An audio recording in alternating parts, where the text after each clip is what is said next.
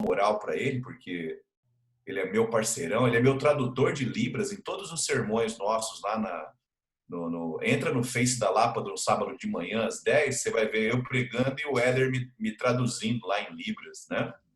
Então, eu vou orar, vou deixar vocês à vontade e desde já eu agradeço aí o convite e desejo a cada um de vocês aí um crescimento espiritual para a honra e glória do nosso Deus aí, tá bom? Acho que eu falei demais, então feche os seus olhos aí e vamos orar.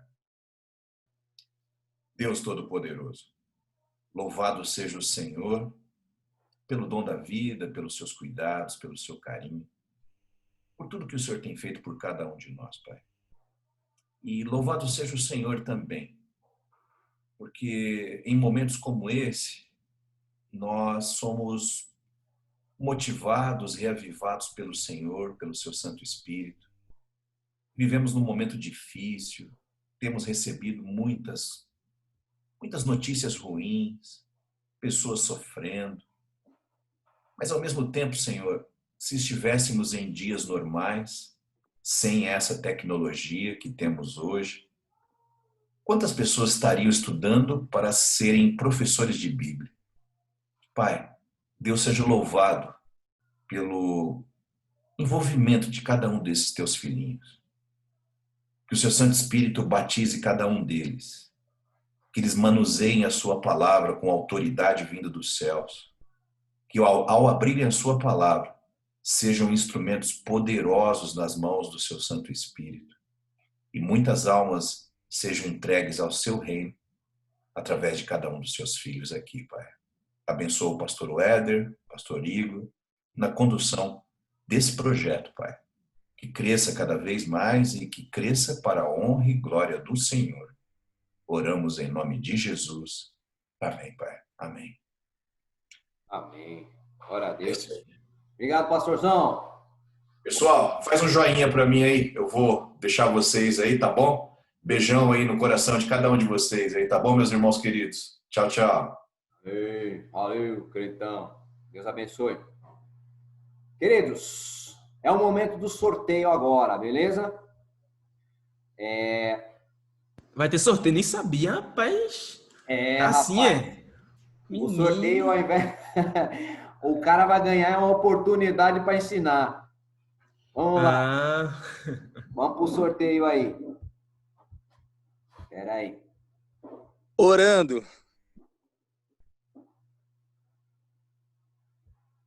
Ué, cadê o negócio? Ah, tá aqui, peraí. Isso é para quem já se preparou, né, Ed? Estudou, quem... É. Lembra aí para o povo não ficar assustado. O Hernani. Tá vendo aí? Hernani foi o primeiro. Então, vamos lá, Hernani. É com você. O que você estudou nessa semana aí? Você tem 2 minutos para você resumir para nós aí. Vamos lá. Ô, Ed, rapidão, só para a galera tá chegando agora, talvez esteja um pouco perdida. Qual que foi o tema selecionado essa semana aí para que os que estavam antes no grupo, né, tivessem que estudar? Se toda religião possui seu livro, por exemplo, os hindus possuem o Bhagavad Gita, os muçulmanos possuem o Corão, os espíritas, o livro dos espíritos, os mormons, os livros dos mormons. Cada religião possui seu livro, né? E se cada religião possui seu livro, por que só a Bíblia é a palavra de Deus? Então, esse estudo aqui vai mostrar que a Bíblia é a palavra de Deus e não tem para ninguém. Essa é a ideia. Esse foi o tema passado para essa semana, para eles pesquisarem. E aí, o Hernani agora vai falar daquilo que ele pesquisou nessa semana. 2 minutinhos, Hernani. Com você a palavra, meu irmão.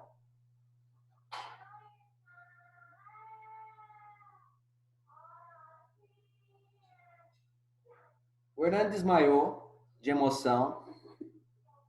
Tá? Então a gente vai voltar outra aí. Vamos voltar outra. Não, tô aqui. Desculpa, que eu esqueci de ligar o microfone. Foi mal. Isso. Então vai lá. Agora. Vamos lá. Boa noite a todos aí. A física da Arca de Noé. Alunos da Universidade de Leicester, na Inglaterra, decidiram investigar como que essa arca flutuava, né? Isso aí aconteceu no ano de 2014 e eles começaram a estudar, primeiramente, fizeram uma miniatura, ok? E viram que a madeira construída foi a madeira de gopher, cuja densidade é parecida com o cipreste, né? E uma vez que, com os cálculos, eles descobriram que a arca vazia teria um peso aproximado de 1,2 milhões de quilos para poder flutuar a densidade da embarcação. Com base nessas pesquisas, os estudantes concluíram que dava para carregar 51 milhões de quilos, ok? Fazendo com que desse para carregar aí, além de toda a alimentação, os animais em dois, ok? Outra coisa importante aí que foi achado, né? A pedra de Pôncio Pilatos, ok? Em 1961, um teatro construído por Herodes, né? Em Cesareia, em Israel. Uma equipe de arqueólogos descobriu que ela podia ter uma inscrição na lateral com os dizeres: Pôncio Pilatos, prefeito da Judéia, dedica. Essa foi a primeira evidência física da existência de um personagem, um dos personagens daquela época da Bíblia. Ok? E é isso aí, acho que já deu. Oi, irmão Dá mais Hernani, ainda? você falou no comecinho a fonte da arca lá. Tem como você repetir, por favor? Qual foi a universidade? Escreve no chat, Ah, melhor tá. ainda. Pronto, se tiver no chat, melhor ainda. Escreve no chat, porque aí o pessoal vê como se escreve, para pesquisar. Pedra de Ótimo. Pôncio Pilatos e coisa do tipo. Beleza, próximo sorteio aí. Vamos ver outro sorteio.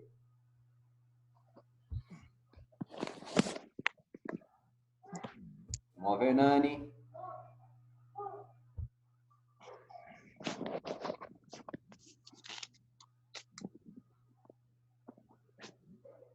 Rosângela. Sua vez, crente. Rose, mais 2 minutos, Rose. Libera o microfone e solte. Liberei já. Vocês também querem ver minha cara? Tá chorando de medo lá. Vai, Rose. Uma das formas também de provar que a Bíblia é sobre profecias, né? E eu escolhi aqui a profecia que Isaías fez a respeito de Ciro, né?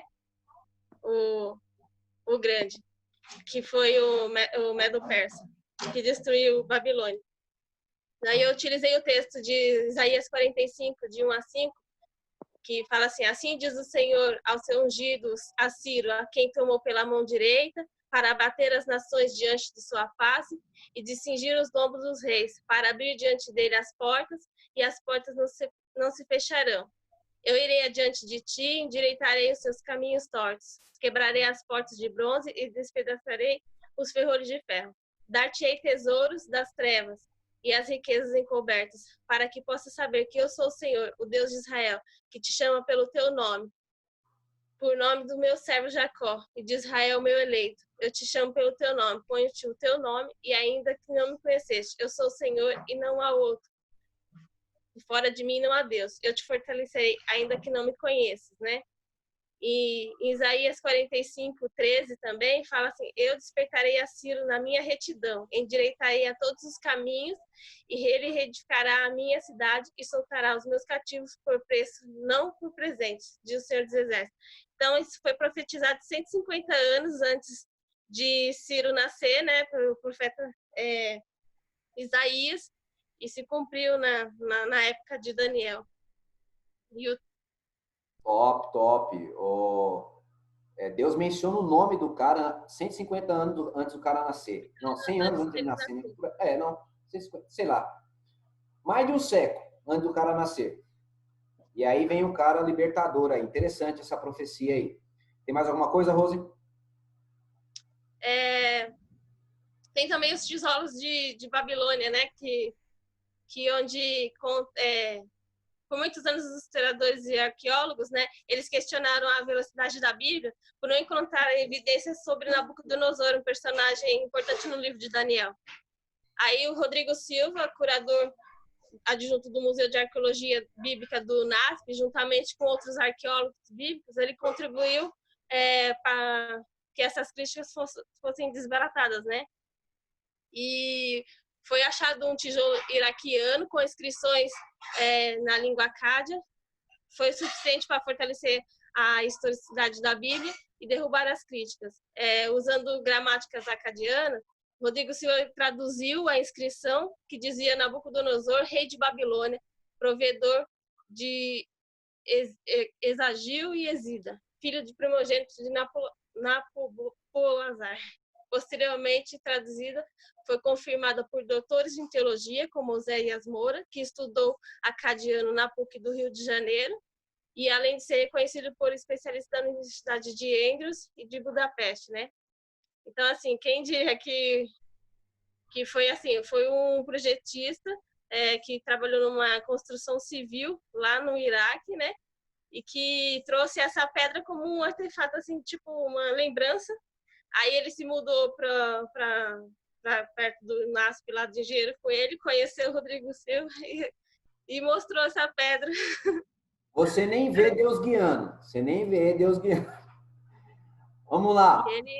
E comprovou a existência histórica do famoso rei Nabucodonosor, né? Benção, benção. Vamos ver o próximo aí. Próximo sorteado e o último, né? Porque senão a gente não consegue fazer todo o trabalho aí, né? Remove rules. Vamos lá, o próximo aí.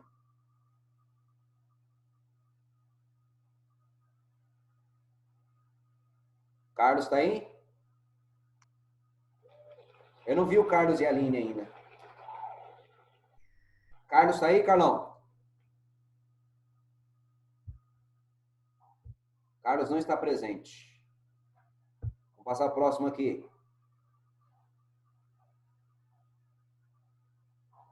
A Aline, a esposa dele, está ou não está?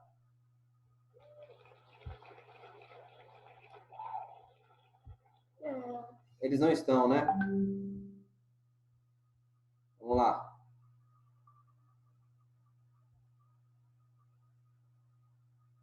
Bruno, sua vez, meu filho.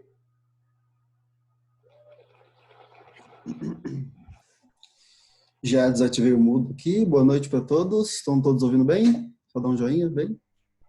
Beleza. Antes de mais nada, eu só quero indicar alguns livros que eu pesquisei, né? Vou indicar primeiramente esse daqui. O nome é Não Tenho Fé Suficiente para Ser Ateu. Ele dá várias explicações históricas, arqueológicas, científicas, cosmológicas e morais de que Deus existe. Esse é um clássico, A Caixa Preta de Darwin, do Michael Behe, muito bom. Depois eu coloco todos no comentário. Tem esse, Fomos Planejados, do Marcus Eberlin, é um doutor em bioquímica. Fomos Planejados o nome. Estou passando bem rapidinho por causa do tempo. E o último é o Antividência, também do Marcus Eberlin. Esses livros são todos fáceis de ler. A literatura do Marcus Eberlin é bem divertida, então você não se cansa ao ler. Eu pesquisei bastante coisa, não dá tempo de falar tudo. Tem um PDF com o Éder, depois ele passa para todos. Eu vou falar um pouquinho sobre astronomia, falar sobre a lei de Hubble e a expansão do universo. Todos nós sabemos que depois dos cálculos da relatividade de Einstein, isso comprovava que o universo estava sendo expandido, mas era ainda teórico. Então, esse cientista Edwin Hubble, né, que deu posteriormente o nome do telescópio foi em homenagem a ele, ele observou nas galáxias que tinha um desvio por vermelho. Isso quer dizer, pela refração da luz, você percebe que as galáxias estão se afastando, estão se distanciando uma das outras, os planetas, enfim. Se isso está acontecendo e a gente for retornando para o início, ou seja, algo que está se expandindo, quando a gente vem retornando para o início, vai para o absoluta nada. Ele vem para o início até não existir nada. Disso surgiu a teoria do Big Bang, né? Dizem que antigamente, antes do universo, existia uma nebulosa que, com seus gases e suas partículas subatômicas, né, elétrons, nêutrons, se fundiram, explodiram e criou-se o universo. Só que, quinta série, você já aprende que algo gasoso não cria coisas rochosas como planetas, meteoros e etc. Terceiro ponto importante, se nada existia antes disso, não existia também nem tempo, nem espaço. Para alguém criar tudo, o universo, o tempo e o espaço, ele precisa ser exterior a ele. Precisa ser algo maior do que isso. Então, todos os deuses panteístas, panteístas é o quê? Que é o Deus que está dentro deste universo, ou que é parte do universo, ou a própria Terra, como dizem a Mãe Terra, a ciência refuta como Deus, porque ele não pode criar a si mesmo. A lei da causalidade não permite. Um terceiro ponto interessante é o vazio de Buster, que tem no norte magnético da Terra, certo? Norte magnético da Terra. É vazio de Butzer, alguma coisa assim. Em Jó 26:7, nós lemos assim, a Rose leu uma parte, né? Ela falou sobre uma parte, acho que não, hoje ela não leu. É Deus que estende os céus do norte sobre o espaço vazio, o céu do norte. E esse vazio de Butz, até hoje ninguém sabe explicar, numa área tão grande no universo, no espaço sideral, um espaço tão grande estar vazio, não ter nada. Não tem planetas, não tem galáxias e até partículas subatômicas são poucas, são difíceis de achar. Outra coisa, o último fato interessante científico que eu vou colocar, que já trouxeram fatos históricos, é sobre a criação da mulher. Quando Deus cria a mulher, ele e o relato de Moisés, né, se fosse mentiroso, ele de qualquer forma corroboraria com a ciência atual nos processos de criação. Por exemplo, ele faz cair pesado sono sobre o homem, anestesia geral. Segundo, ele pega uma das costelas do homem, que tem a medula óssea vermelha e a célula tronco, que são necessárias para engenharia genética e clonagem. Quarto, ele fecha com carne, faz cirurgia plástica. Quinto, ele cria na ordem certa. Por quê? O cromossomo do homem é XY, da mulher é XX. Se ele tivesse feito primeiro a mulher, depois o homem, ele teria que criar o Y depois. Então, até isso ele fez na ordem certa. Tem alguns textos a mais aqui, mas por causa do tempo, eu vou deixar para vocês lerem no PDF. Ok. Valeu aí. Quanto ao vazio de Buster, que eu achei um negócio legal, dá uma olhada aí para vocês entenderem o que é esse vazio de Buster. Aqui na tela, aqui, ó. Alguns lugares acham Buster e outros acham Boots, então... Boots. Então, o que acontece? Explica melhor como é que é isso aí, Éder. Eu não sei o que é isso, não. No espaço, existe grupos de constelações para tudo quanto é lado. Nebulosas, tudo mais. São essas partes esbranquiçadas que você está vendo aqui. Mas existem espaços que são vazios. Tem pouquíssimas galáxias e estrelas. Certo. Esses espaços são esses que estão circulados em azul aqui, tá vendo? E o vazio aqui, ó, de Boots, o que acontece aqui, ó? A Via Láctea está aqui embaixo. E o planeta Terra está aqui embaixo. Então, quando a Bíblia fala Deus tende o norte sobre o vazio, ou seja, no norte da Terra tem um vazio. E, de fato, tem o vazio de Boots lá. Tá? Então, vocês podem procurar depois isso aí, Bootes, tá? Isso aqui é um desenho sobre, colabora com o que ele está falando aí, né? Entendi. Então, milhares de anos antes, a gente já dizia. Então, queridos, agora vem a parte de que a gente segue o estudo direto para a gente ter uma compreensão cabal já de diversas coisas. Sugiro que vocês caneta lá, borracha aí, anotando tudo o mais rápido possível. Eu vou fazer o mais rápido possível para a gente ganhar tempo, para a gente poder responder algumas perguntas no final aí, tá ok? Bora lá, então? Vamos para o estudo.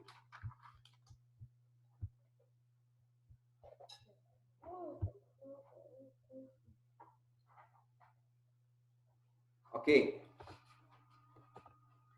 Por que a Bíblia é a palavra de Deus, né? É o tema nosso aí. Toda religião possui seu livro sagrado, né? Aqui o Bhagavad Gita. Eu não sei como é que se pronuncia, né? É Bhagavad Gita. Acho que é isso aqui.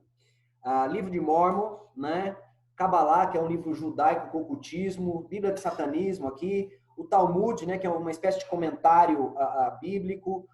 Livros espíritas aqui, né? Livro dos Espíritos, o Evangelho segundo Allan Kardec. O Erit Unus e o livro de São Cipriano, ambos esses livros aqui, eles são livros de feitiçaria, né? Ocultismo. E o Alcorão, né? Toda religião tem seu livro. Agora, por que só a Bíblia é a palavra de Deus? Isso cheira a pedantismo, né? Da nossa parte. Então, a gente precisa, na realidade, comprovar evidenciar que a Bíblia é a palavra de Deus. E quais são os argumentos que a gente vai usar? Ótimo. Partindo dessa pergunta que a gente quer responder, porque acreditar que só a Bíblia é a palavra de Deus, nós vamos lá começar. Começamos com a astronomia bíblica, tá ok? Existem algumas menções de astronomia na Bíblia que são muito interessantes, tá ok? Vamos lá. Por exemplo, ó, em Gênesis 1:16, antes da ciência, a Bíblia já ensinava que o Sol é maior que a Lua. Olha só que coisa interessante, ó. Fez Deus os dois grandes luzeiros, o maior para governar o dia e o menor para governar a noite. Fez também as estrelas. Então já mostra aí que o Sol era maior do que a Lua, mas você daqui da Terra, da perspectiva da Terra, você não tem essa visão assim precisa, principalmente no dia de superlua, aí que você não vai ver mesmo. Porém, a Bíblia já trazia essa informação. Mas essa informação é possível se obter por observação. Então aqui não determina que a Bíblia é a palavra de Deus. No entanto, coloca ela como um livro importante, assim como os povos antigos, como os babilônicos, os persas, os egípcios, como conhecedores da astronomia, né? Vamos ver mais aí. Qual o formato da Terra? Hoje tem muita gente falando um bocado de coisa aí, né? Entre vários outros aspectos. Olha o que diz a Bíblia aí, ó. Isaías 40, versículo 22, ele mostra assim, ó. É ele que está sentado sobre o círculo da terra, cujos moradores são como gafanhotos. Então mostra aí a palavra círculo aí, né? A palavra Hug.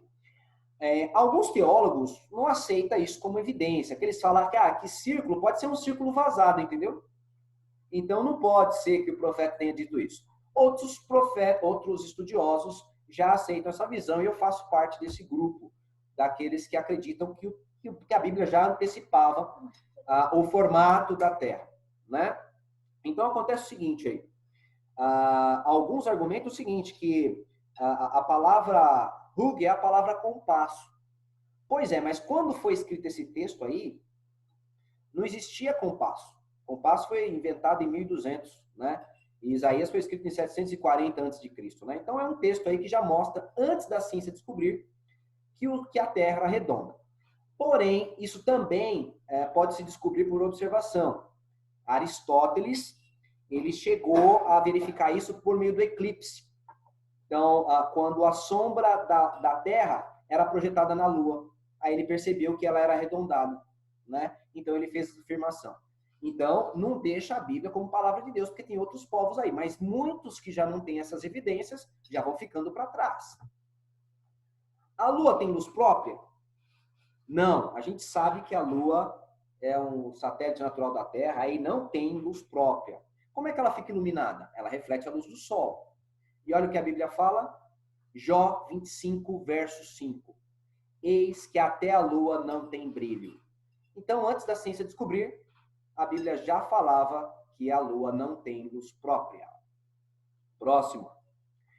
Isso aqui é interessante. O calendário ele é pautado pelo movimento astronômico. Um dia é um movimento da Terra em torno de si mesma, de rotação. Um mês é um giro da Lua em torno da Terra. O ano é um giro da Terra em torno do Sol, translação. Mas e a semana? Qual a causa da semana? Amigos, não existe causa astronômica para a semana. A única causa que justifica a semana de 7 dias foi Deus ter criado o mundo e 6 dias descansado no 7º. Essa é uma evidência, então, da criação, de Gênesis 1, Gênesis 2. Para você ter uma ideia como isso aí é verdade. Em 1793, na Revolução Francesa, o matemático Gilbert Rome, ele instituiu uma semana de 10 dias para tirar a semana bíblica da ideia, né? Porque eles estavam querendo abolir tudo que era religioso, e a semana era religiosa. Deus fez o mundo em 6 dias, descansou no 7º, chamando esse dia de Shabat, sábado, né? Pois é, o povo não aguentou essa semana de 10 dias. Em 1805, Napoleão Bonaparte, ele fez voltar a semana de 7 dias, evidenciando aí que a semana não somente, né, é uma evidência de Deus no tempo, mas que é um ritmo, né? Tem um estudo aí, ciclo, eu não lembro, mas que mostra que esse ciclo de 7 dias faz bem ao nosso organismo, tá? Ciclo circaseptano. Como é que é o nome? Ciclo circaseptano, tem no meu PDF também. É isso aí, circaseptano. Valeu aí, Brunão. Anota aí, circa septano. É um período de 7 dias. Você vai buscar na internet para você estudar, beleza? Outra coisa que é interessante é que o 7º dia da semana, na Bíblia, é o único dia que tem nome. A Bíblia fala do primeiro dia, do segundo dia, terceiro dia. Quando ela chega no 7º, ela põe um nome. Que nome que ela põe? A palavra Shabat, que quer dizer descanso, tá?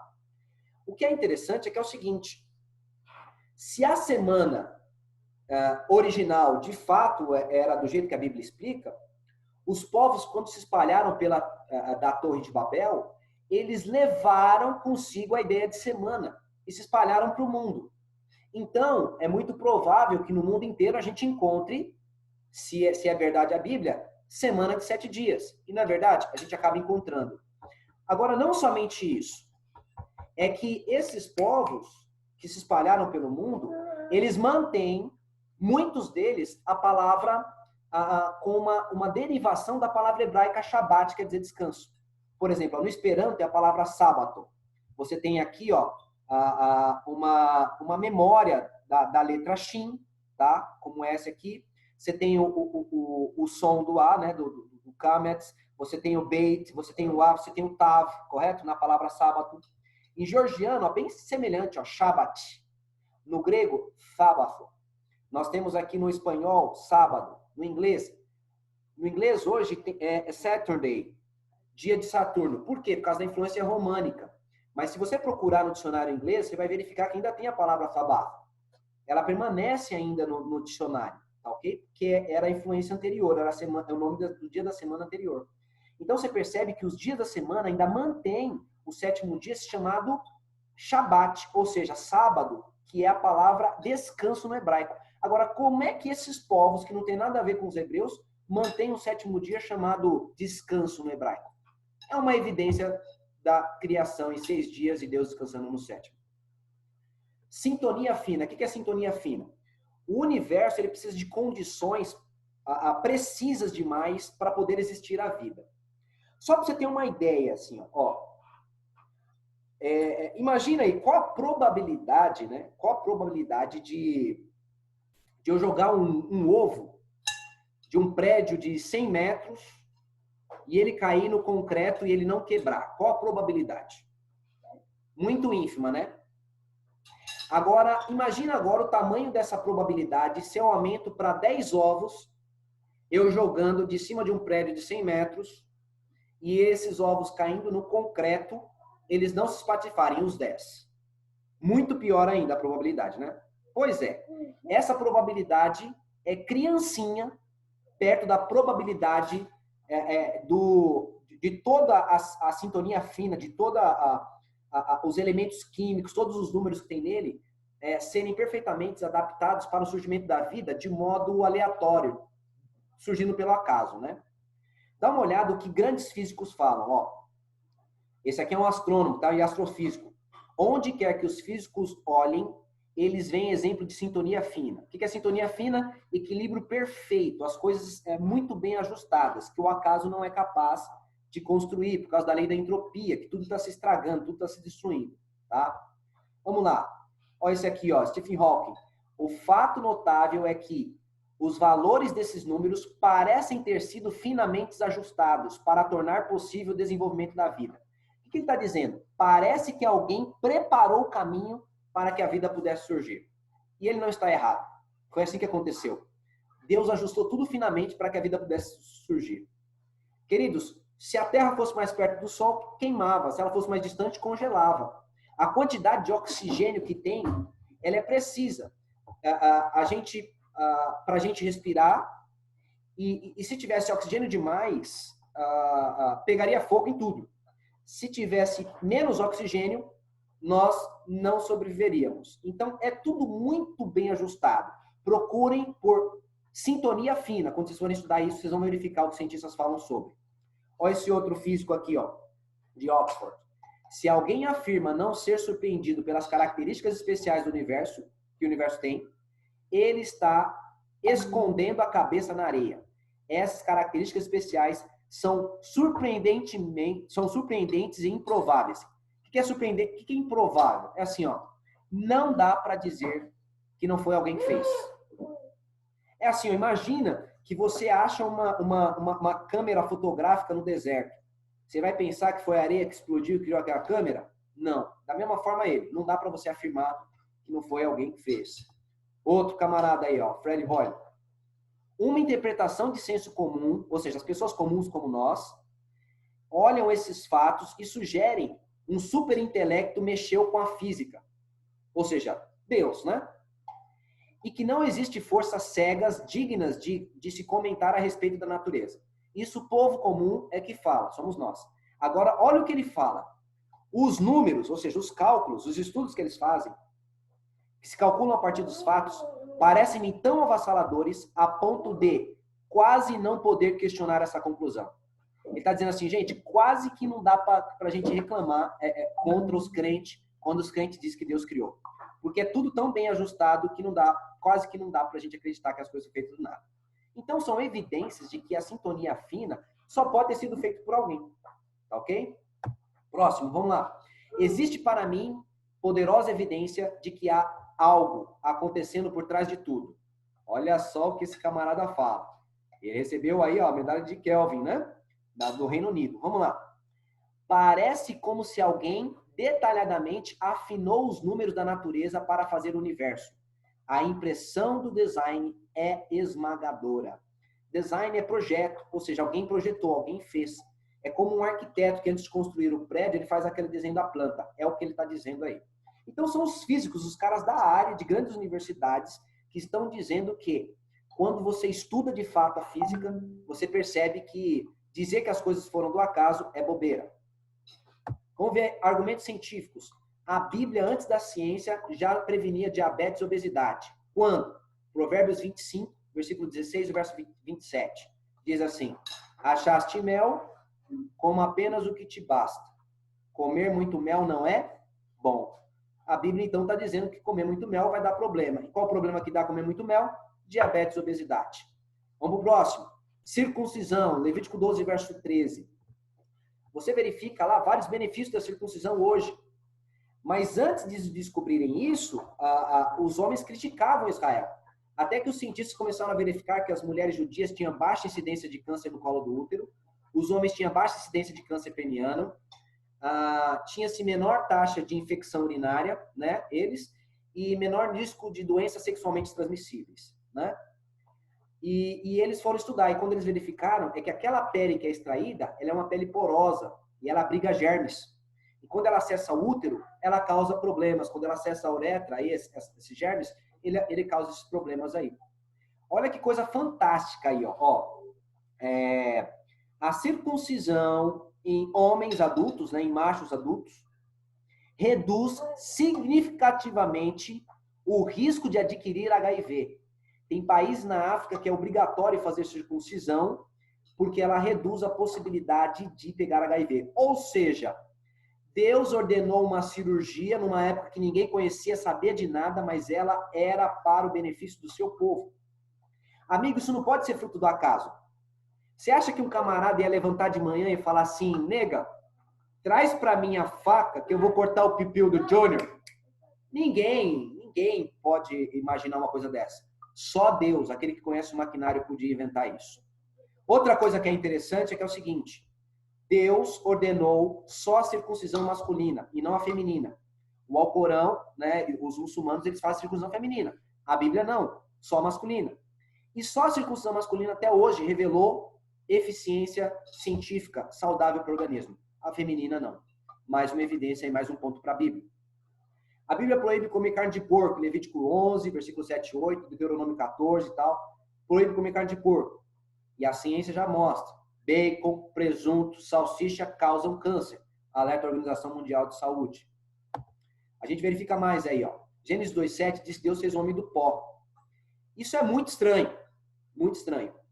Nesse momento aqui, viu? Quando você for dar estudo bíblico, sempre salienta a palavra que o homem é uma alma e que o homem não ganhou uma alma, mas que o homem é uma alma.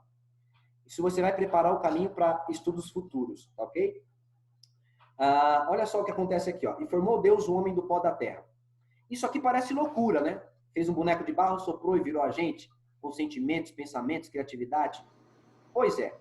Olha só a coisa interessante. O Éder, me desculpa, vai existir um momento para contribuição no final ou se a pessoa se deseja falar agora, como é que vai funcionar essa logística? É assim, a gente termina essa parte, aí tem os passos da pergunta, das contribuições.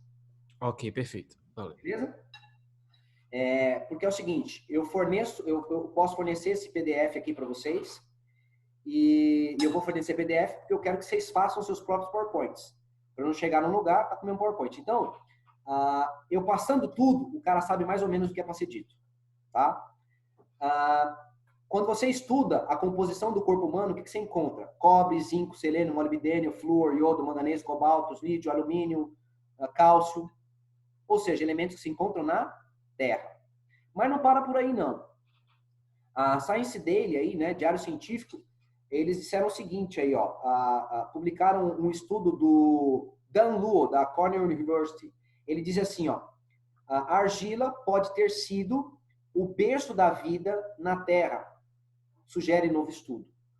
Então, ele diz que a argila, ela fornece, ela tem capacidade para confinamento para o surgimento de biomoléculas, né? Então, é bem interessante. Ele é evolucionista, não é criacionista, mas olha aí que coisa interessante. Ele aproximou a ciência da Bíblia. É a Bíblia que já dizia que a vida humana surgiu no pó da Terra. Vamos ver argumentos históricos agora. Primeiro, William Foxell Albright é o pai da arqueologia moderna. Ele provou pelos seus estudos a existência de Abraão, Isaac, Jacó e Josué como personagens históricos, tá? Ele só tinha 30 doutorados honoris causa. Então, é um cara que precisa respeitar, né? A Biblical Archaeology Review, revista de arqueologia bíblica, trouxe nessa edição aí 50 personagens do Antigo Testamento. Um estudo de Lawrence McCulloch, bem interessante aí, tá? Então, a Bíblia não é conto da carochinha, é história de verdade. Os historiadores, eles duvidavam da existência de Belsazar, como rei da Babilônia, né? Aí, em 1861, Talbot publicou a oração de Nabonidos, e na oração, ele roga aos deuses para abençoar seu filho Belsazar. Em 1924, veio Sidney Smith, e ele publicou o poema de Nabonidos, que diz que Nabonidos viaja para Tema e deixa no trono o seu corregente, o seu filho Belsazar. Então, evidenciou que ele existia na família real e que ele foi rei, e foi exatamente nesse momento que a Pérsia invade ali a Babilônia. Outra coisa que é interessante é que os israelitas são descendentes de Isaac e os muçulmanos são descendentes de Ismael. E ambos esses povos nasceram de Abraão. É isso que eles dizem. E esses povos se odeiam, mas eles contam a mesma história. O que é interessante?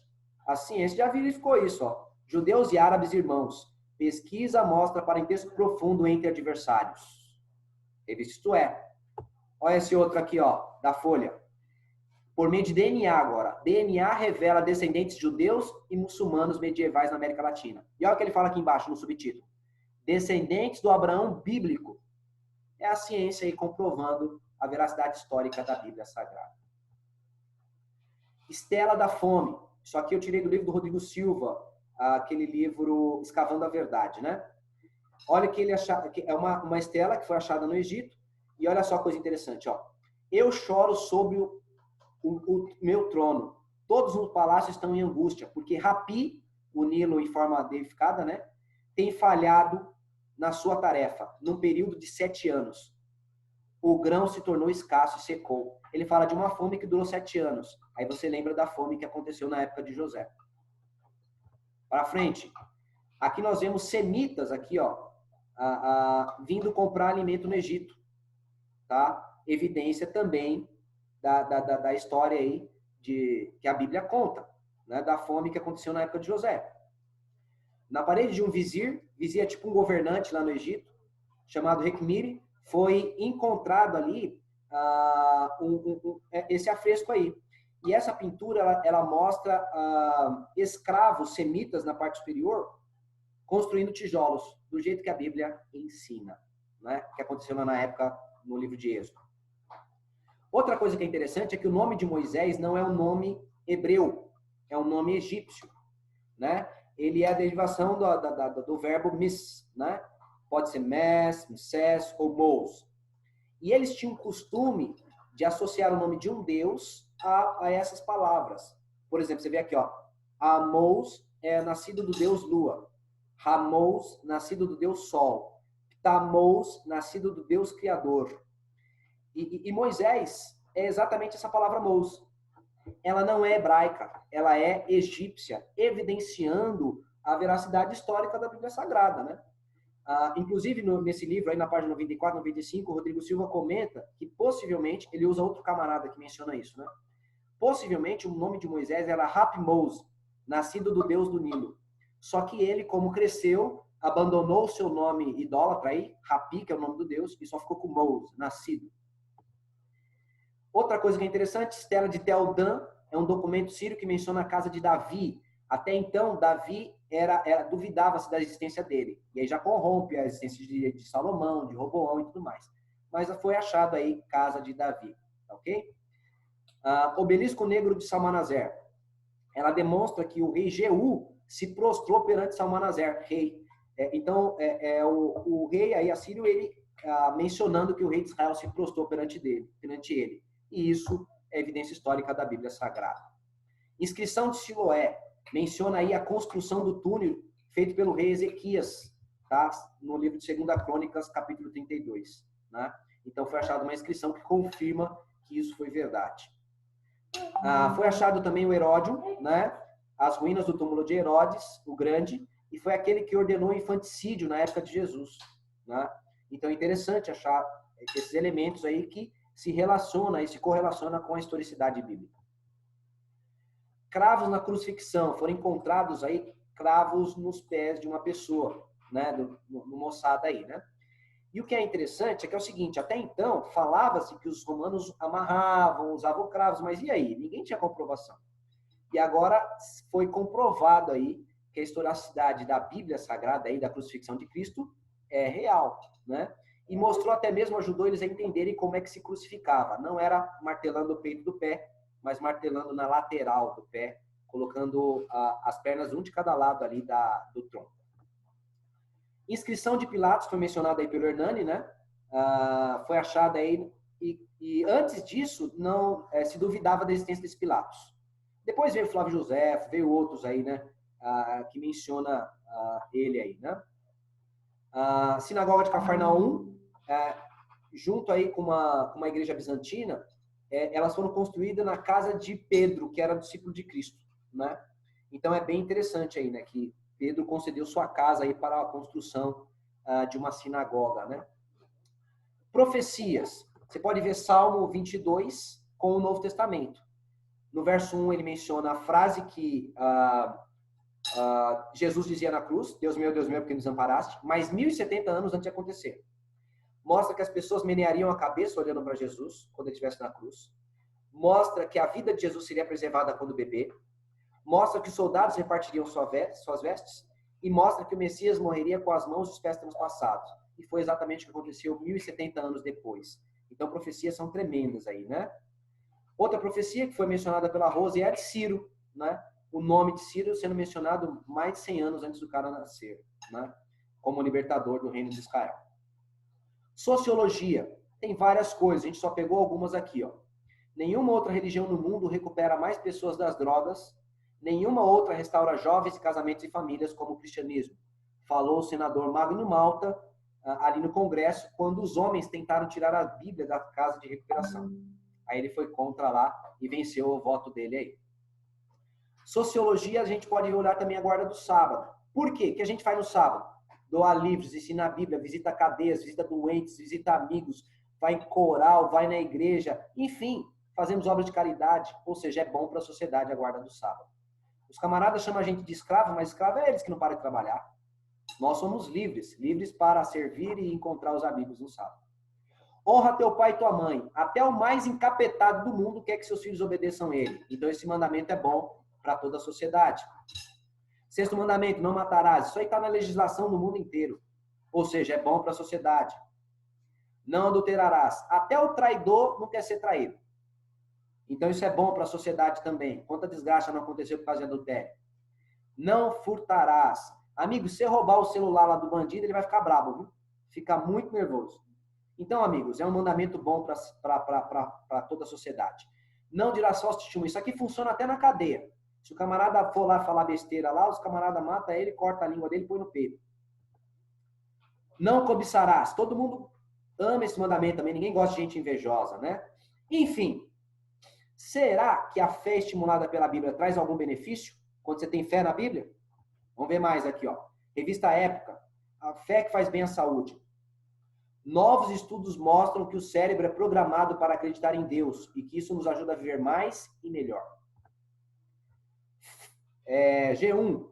Fé pode ajudar muito no tratamento e cura de doenças, defende médicos. Olha aqui o subtítulo. Ó. Estudo mostra que ter uma religião pode reduzir o risco de morte em 30%. Por quê? Porque o crente não bebe, não fuma, não vai pra balada, não fica pegando mulher dos outros. Então ele tem menor risco de morte. Tá? Olha que coisa interessante. Por quê? Ó, ter uma religião promove bem-estar psicológico, menos pensamentos e comportamentos suicidas, menos consumo de álcool, de drogas, a maior incentivo a hábitos saudáveis e tudo mais, né? Reduz até carga viral em pacientes com HIV. Ou seja, a ciência, ela evidencia, ela prova que vale a pena crer e viver a Bíblia, mesmo que a Bíblia não fosse a palavra de Deus. Vamos pensar que a Bíblia não fosse. Por que vale a pena? Porque a ciência está dizendo que você vai ter mais saúde. O casamento vai durar mais, vai pensar menos em suicídio, vai ter a família mais ordenada, vai ter menor risco de morte, filhos mais felizes, esposo mais feliz, marido mais feliz. Agora, nós vimos tantas evidências que a Bíblia é a palavra de Deus que não dá para a gente chegar à conclusão que ela não é a palavra de Deus. Ela é a palavra de Deus. Agora, se vale a pena crer nela, ela não sendo a palavra de Deus, imaginou agora como é válido acreditar nela, verificando que ela é a palavra de Deus com todas essas evidências que não tem em nenhum outro livro religioso. Queridos, além de tudo, de você viver bem aqui nessa terra, melhor do que aquele que viveu na cachaça, na balada, desviado de Cristo, você ainda vai ter a salvação. Então é coisa boa, né? Tremendo. E aí, queridos, vem o apelo no final, correto? A gente fala aqui um pouquinho da palavra de Deus. Aqui eu vou falar, por exemplo, sobre Lutero, que Lutero foi usado por Deus para mudar o mundo, né? Com o estudo da Bíblia e tal, né? Enfim. Aqui, a gente fechou o estudo no modo geral. Amigos, entenda o seguinte, você como professor de Bíblia, precisa, no final de cada estudo, fazer um apelo. Por quê? Porque as pessoas são reticentes, são fechadas. E a cada vez que você vai fazendo ela fazer algum movimento, ela concordar, ela ficar de pé, ela aceitar, você fazer um apelo para ela, vai quebrando o coração dela, ela se acostuma a tomar decisões em prol de Deus, porque ela sabe que é boa. Assim, a gente fecha aqui esse estudo, verificando que é muito mais provável crer que a Bíblia é a palavra de Deus. Nesse momento, nós temos oportunidade aí, vocês têm oportunidade de mandar para o Igor aí no chat suas perguntas, dizer aí que você quer falar, alguma coisa do tipo e tal, e aí a gente vai colaborando aqui, se houver alguma dúvida em relação a isso. Muito bom. Eu acho até que se a pessoa quiser abrir o microfone e falar rapidamente, pode falar também. E se preferir escrever, também pode escrever. Eu gostaria, por gentileza, boa noite a todos, meu nome é Wesley, de contribuir com duas situações, Weder.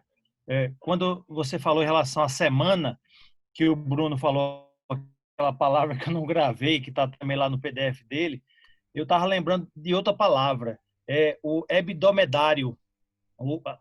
O hebdomedário, ele se encontra, principalmente no direito.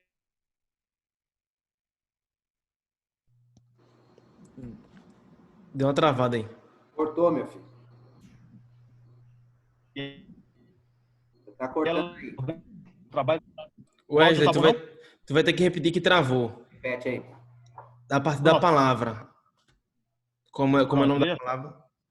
A palavra é hebdomedário. É que minha conexão está instável. Se tiver ruim, vocês avisam, certo? Existe no direito do trabalho, existe essa previsão.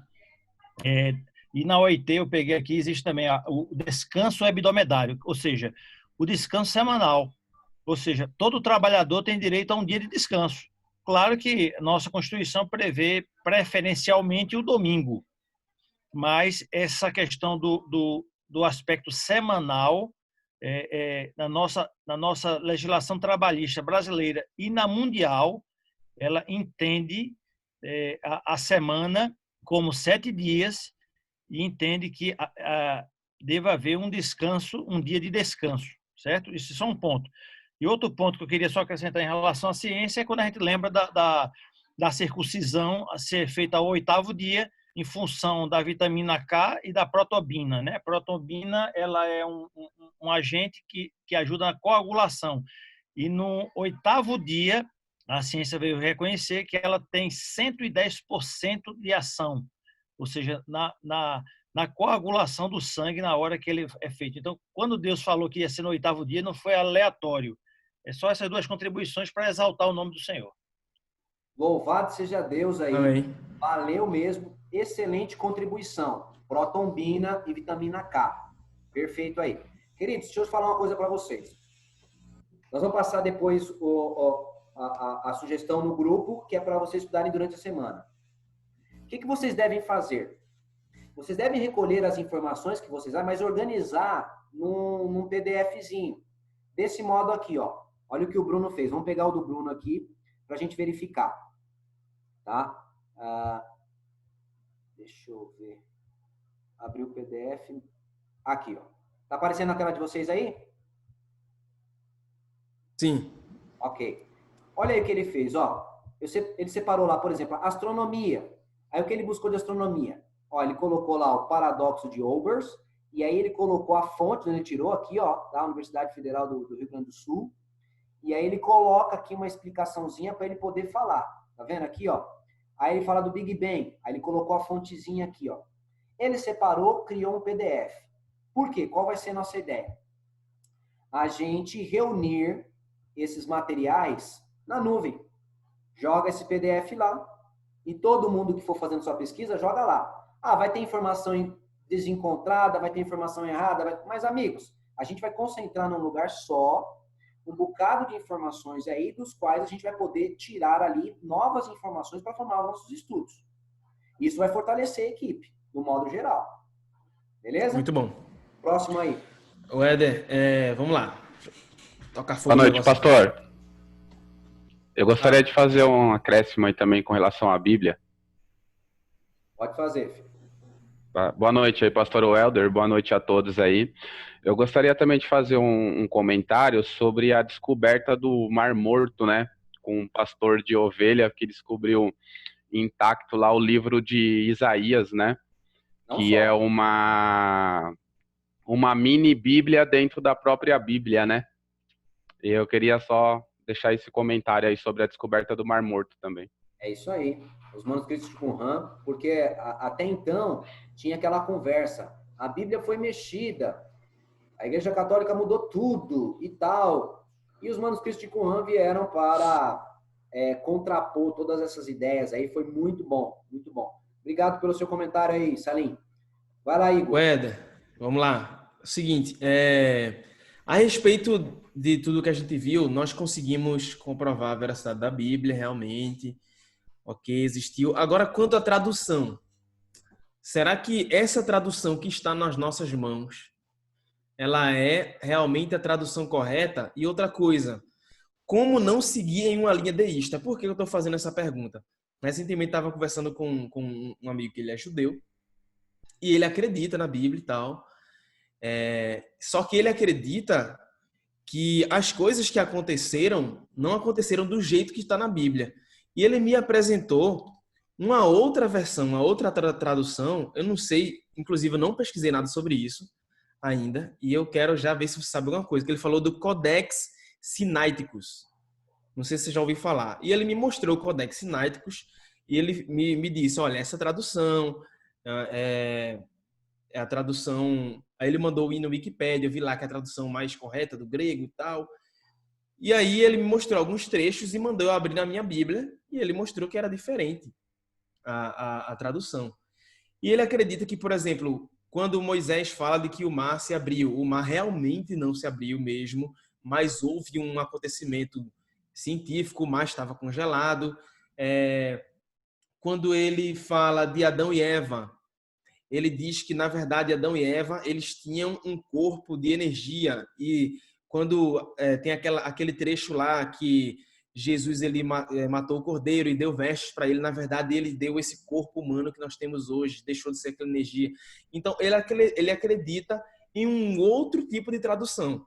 Então, como testemunhar, mostrando que essa tradução que nós estamos lendo da Bíblia, ela é a correta. Não existe uma outra como essa Codex Sinaiticus. Você já ouviu alguma coisa a respeito disso?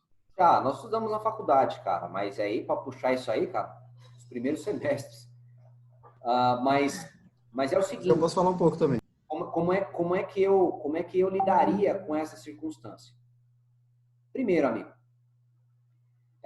se o Codex Sinaítico, né, e eu acho que é em hebraico, não é em grego, não, ele é uma versão diferente da Bíblia. É grego. Tem uma... Inclusive, no site, eu acho que eu talvez até consiga abrir o site aqui, eles dão a versão escaneada e a versão em inglês, não tem em português. Então, o que acontece? Eu não lembro, não posso mencionar isso aqui agora, mas o que eu mencionaria é que é o seguinte, a Bíblia que a gente tem nas mãos agora não é o Codex Sinaítico, tanto é que ele fala, é diferente. Exato. Agora, o que é a Bíblia que nós temos nas mãos? A Bíblia que nós temos nas mãos, por exemplo, do Novo Testamento tem mais de 5.300 manuscritos.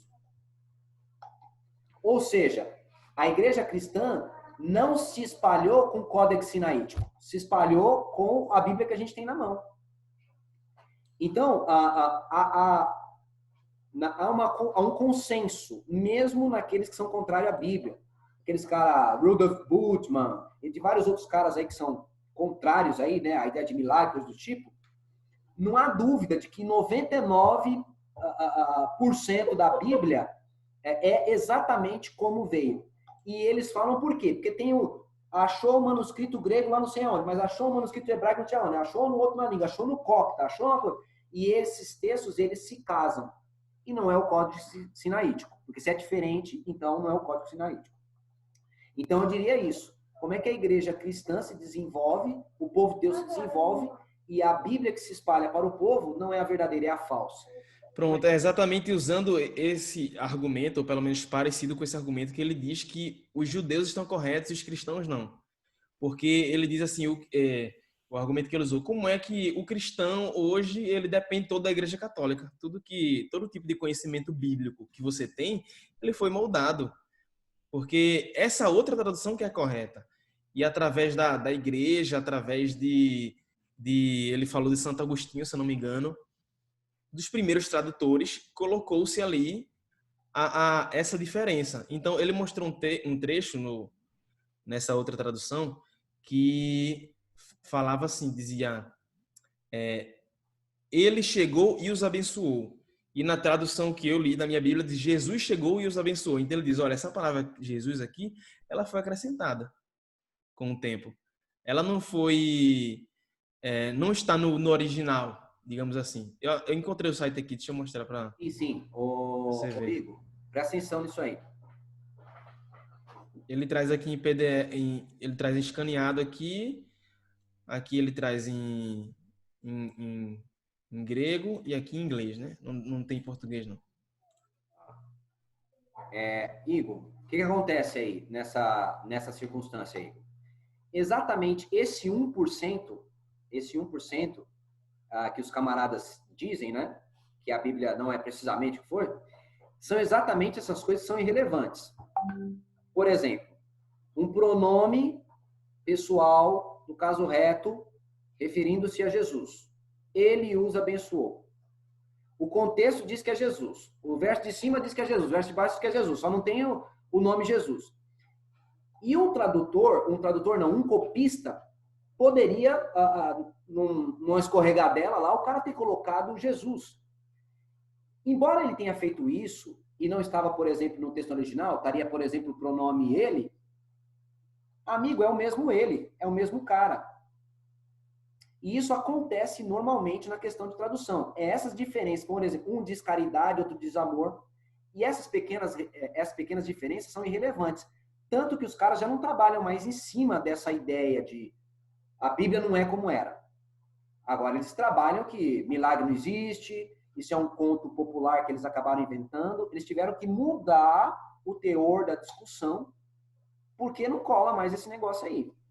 Muito bom. O Bruno fez até uma sugestão aqui. Valeu, Bruno. E eu tô fazendo isso aí para dar uma movimentada Posso aqui. Viu? comentar um pouquinho disso aí? Pode, Bruno. Sobre esse Codex Sinaíticos, ele junto com o Codex Aleph, são, acho que, os dois manuscritos mais antigos, além do Codex Vaticanus. Mas Codex Vaticanus não é porque o Vaticanus escreveu, tá? É porque foi encontrado lá. Não é porque ele adulterou. Então, nesse Codex Sinaíticos, eu não sei o que esse rapaz leu em grego lá, que ele encontrou essas citações, mas funciona assim. Eles nunca pegam apenas de um manuscrito para fazer a tradução. Nesse livro aqui, o primeiro que eu citei, né, Não Tenho Fé Suficiente para Ser Ateu, tem alguns exemplos aqui, ó. Por exemplo, o espaço em anos entre o original, né, entre, por exemplo, o que João escreveu, Apocalipse, e as primeiras cópias remanescentes, é apenas 25 anos, só 25 anos. Do Novo Testamento tem mais de 5.686 cópias. Então, ele está usando uma só para alegar uma teoria maluca. E se eu não me engano, esse Codex Sinaíticos, ele é apenas do Novo Testamento. Eu não tenho certeza, mas eu acredito que ele é apenas do Novo Testamento. Acho que ele vem baseado na Septuaginta. E assim, além da quantidade de manuscritos que nós temos, relacionados a manuscritos antigos e cópias antigas da Bíblia, também aos pais da igreja. Por exemplo, Policarpo, Heráclito, enfim, os discípulos dos discípulos de Jesus, citando a Bíblia nos seus próprios livros. Há um estudo que foi feito que apenas com as citações de versos bíblicos do Novo Testamento, desses pais da igreja, bem antes da Igreja Católica existir, perderíamos apenas 2 versículos do Novo Testamento. 2 versículos. O irmão falou do manuscrito do Mar Morto, os manuscritos de Qumran. Eles foram encontrados cerca de 250 a 150 anos antes de Cristo, certo? E não tem apenas o livro de Isaías. O livro de Isaías é o que está completo. Por quê? Na hora que encontraram, que o rapaz que encontrou o arqueólogo encontrou o pastor de ovelhas, ele estava queimando esses manuscritos achando que era lixo. Então, perdeu algumas partes, mas foram encontrados todo o Antigo Testamento, inclusive o livro de Isaías inteiro, com exceção do livro de Esther. E foi constatado o quê? Que daquele livro, dos manuscritos de Qumran, que foram feitos pelos essênios, copiados pelos essênios, para o atual, tem 95% de similaridade. Esses 5% que não são similares são palavras ou que alguém tem um puxado a mais numa letra, uma puxada a mais na outra, e que não afeta nada em doutrinas, como o Éder disse, você consegue ver pelo contexto. Então, assim, se ele falou do Codex Sinaíticos, tem o Aleph, tem o Vaticanus, tem vários códex antigos para a gente conferir. Maravilha, muito bom. Ó, linha. Fechou?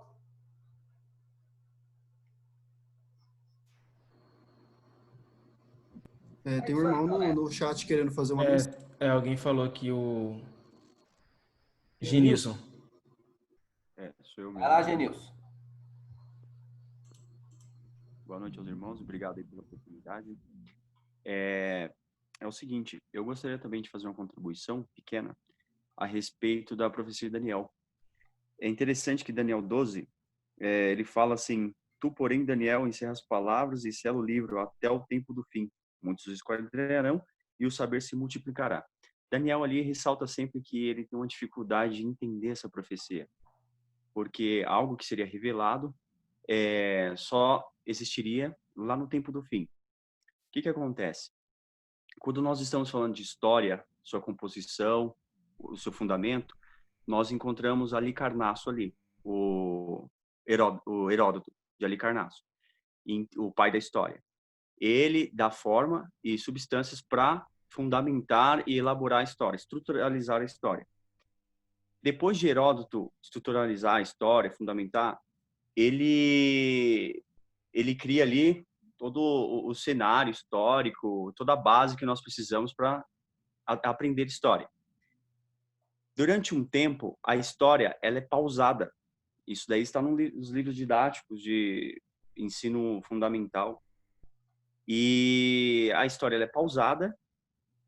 E aí, então, existe um período de tempo que é separado unicamente para os santos, que se chama a hagiografia. Não radiografia, é do hagios, do grego santo, separado. Hagiografia.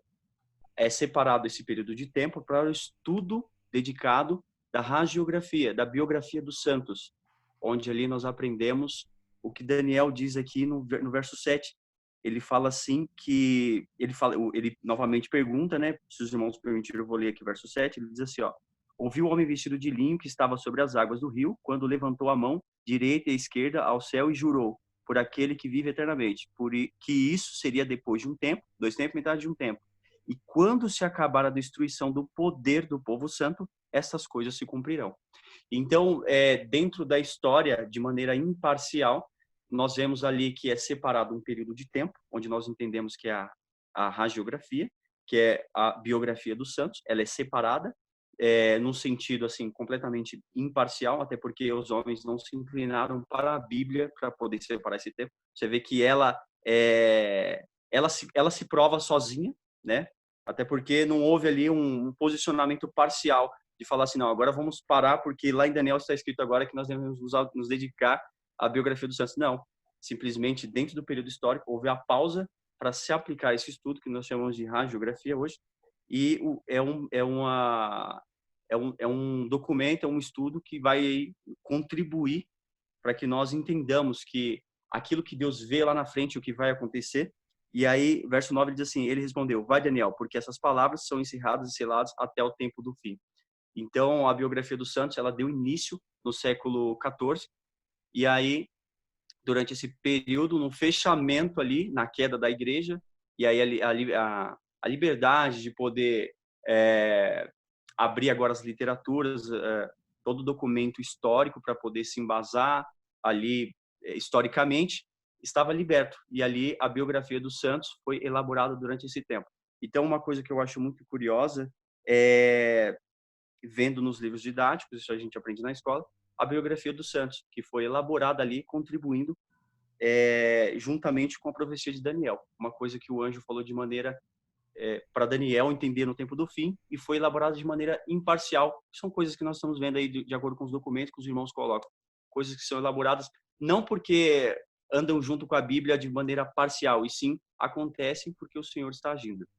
Ô, Genilson, agradecemos aí a sua contribuição. Filho, faz o seguinte, digita isso, juntando as coisas, para que eu possa me aprofundar mais. Eu não ouvi nada ainda sobre isso, não estudei nada sobre isso. É interessante ter esse material na mão para a gente se aprofundar. Você pode fazer isso? Certamente. Beleza, amigão. Então estaremos esperando aí. Você está lá no grupo lá, né? Queridos. Estou no grupo. Fechou? Então, a gente tinha a ideia de terminar 9h30, é 9h17. Tá coisa boa demais. Queridos, o que eu quero dizer para vocês? Hoje eu acredito que deu para dar um gostinho em cada coração de que a Bíblia, de fato, é a palavra de Deus. Muito provavelmente, alguns de vocês começaram a enxergar a Bíblia diferente agora, depois desse estudo aí. E Deus espera que você não somente sinta o gosto, mas Ele quer habitar no seu coração e quer fazer com que sua vida esteja intimamente relacionada com essa palavra.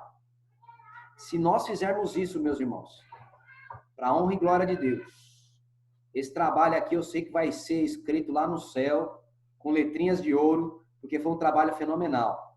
Porque a coisa mais importante aí, nesse mundo, são os servos de Cristo, os discípulos de Cristo, que conhecem a palavra de Deus e a defendem diante do mundo que está a se perder. Porque esses são os instrumentos que Deus vai usar. A Bíblia fala assim que o meu povo perece porque lhe falta conhecimento. Mas não falta conhecimento porque Deus não deu. Falta conhecimento porque a gente não está buscando. E aqui é um grupo que a gente vai buscar. Como você viu aí, todo mundo fazendo a contribuição. E você vai poder fazer a sua aí, se for sorteado aí na semana que vem. Como é que a gente vai fazer? Eu vou abrir o grupo lá por um tempo, tá? No dia, acho que no dia que eu for abrir lá na segunda-feira, eu vou abrir o grupo e vocês vão poder colocar o nome de vocês numa lista. Vocês vão copiar a lista, copia, vai colocando o nome lá. Silencia o grupo aí para não ficar nervoso. O que acontece? Você colocando o seu nome lá, eu vou copiar todos esses nomes e vou jogar os nomes na roleta. E aí, meus irmãos, vocês vão poder contribuir. E é importante que você faça isso. Quando você faz uma pesquisa e você põe lá e você começa a falar, você começa a ver que não é tão difícil quanto você esperava. E Deus vai abençoando, abrindo esse caminho aí. Que a Bíblia faça diferença na vida de vocês, como tem feito na minha e de muitos outros. Eu sei que está fazendo na de vocês e que agora muito mais. Vamos fazer uma oração aí? Eu estou vendo aqui que tem um Ângelo aqui, não é? O pastorzão Ângelo aqui, não é? Não é o Igor? É, o Ângelo tá aí, ele só não é pastor, mas ele tá aí. Ô, Ângelo, faz oração. Ele já Aí, foi meu professor de religião, Ângelo. Ele foi meu pastor. Ângelo, jogue duro aí, meu filho, na oração. Ore por Certo, Éder. Vamos orar juntos, então. Vamos lá. Oremos, queridos. Querido Deus, teu nome seja glorificado, honrado diante de seres tão pequenos, tentando entender a tua grandeza, Senhor. Que toda essa nossa tentativa, que todos esses estudos que estamos fazendo, seja para que a gente tenha mais noção da tua grandiosidade, para que a gente possa te adorar cada vez mais. Que o Senhor possa ter misericórdia de nossa compreensão, de nossa capacidade e se revelar a nós um pouco através da tua palavra, através dos escritos de apoio que estaremos usando, para que esse conhecimento de ti não venha a ser para vaidade intelectual, mas venha principalmente para engrandecimento da tua missão aqui nessa terra. Nós nos colocamos em tuas mãos como estudiosos da tua palavra, na esperança de que o Senhor nos guie aonde quer que o Senhor queira que a gente utilize esse conhecimento. Fazemos isso segundo a tua vontade e em nome e por amor de Jesus. Amém. Amém, amém. Glória a Deus. Louvado seja o nome de Jesus. É o seguinte, gente. Todo mundo abre essas câmeras aí para eu bater uma foto de vocês aí. Quer ter uma foto desse povo bonito aí? Pera aí, deixa eu fechar o chat aqui, os negócios aqui, para ficar mais amplo aqui. Já tem spoiler do próximo tema, não? Tem umas 3 telas, você vai ter que tirar foto das 3. Ó, tem 3 telas. Até mesmo. Estou tirando as fotos primeiro, porque eu só faço uma coisa por vez, meu irmão. Então vamos lá. Tem gente que está fechada ainda, né? Mas deixa lá, vai, a gente respeita. Vai ver o povo tá na cama já, né? Deixa eu colocar aqui. Eita, rapaz. Pera aí. Aí, agora. Uma já foi. Deixa eu tirar do outro aí. Povo bonito. Pera aí, vamos lá. Sorrindo aí. Mulherada, tudo bonito. Olha lá. Pentearam o cabelo, tomaram banho, rapaz. Olha aí. Meu. Isso tudo transforma, tá vendo? Tudo a palavra de Deus transforma. Deixa eu ver mais aqui. Deixa eu pegar agora a última sessão aqui.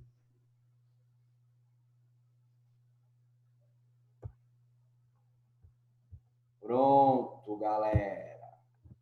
A gente vai abrir um drive, beleza? Pra gente colocar essas coisas lá.